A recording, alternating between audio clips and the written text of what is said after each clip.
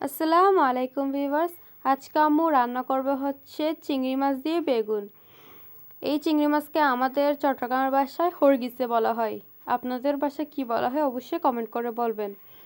তো প্রথমে তেল গরম করে নিলাম। তেল গরম হয়ে গেলে সেখানে দিয়ে দিব হচ্ছে পেঁয়াজ কুচি আর কাঁচা মরিচের টুকরা দিয়ে ভালো করে নেড়ে চেড়ে নিব।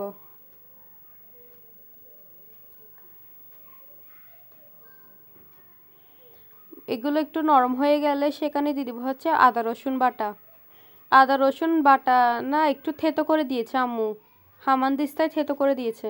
আপনারা চাইলে বেটেও দিতে পারেন, তবে এভাবে দিলে ফ্লেভার বেশি ভালো আসে। তারপর দিয়ে দিব হচ্ছে মরিচ বাটা,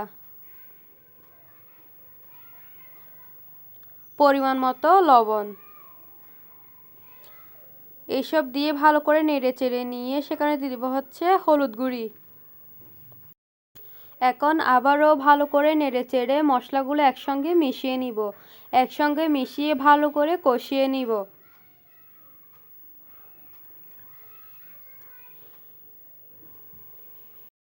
মশলাগুলো একটু কষিয়ে গেলে সেখানে দিয়ে দিব হচ্ছে অল্প পরিমাণ পানি, যাতে হচ্ছে মশলাগুলো নিচে লেগে না যায়। পানি দিয়ে আবারও নেড়ে চেড়ে কষিয়ে নিব।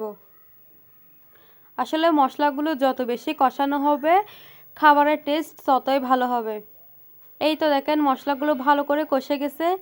এখানে দিয়ে দিব হচ্ছে আগে থেকে হলুদ আর নুন দিয়ে মেখে রাখা চিংড়ি মাছ।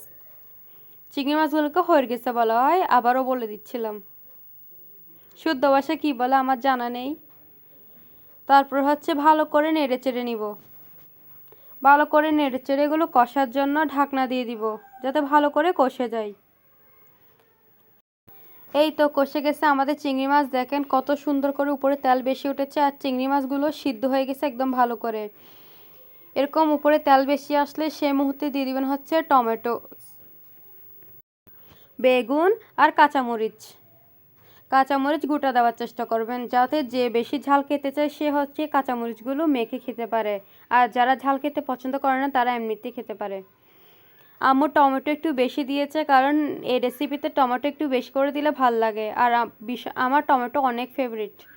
আর দিয়ে দিলাম হচ্ছে অল্প করে ধনেপাতা কুচি। ধনেপাতা কুচি আবার দেওয়া হবে।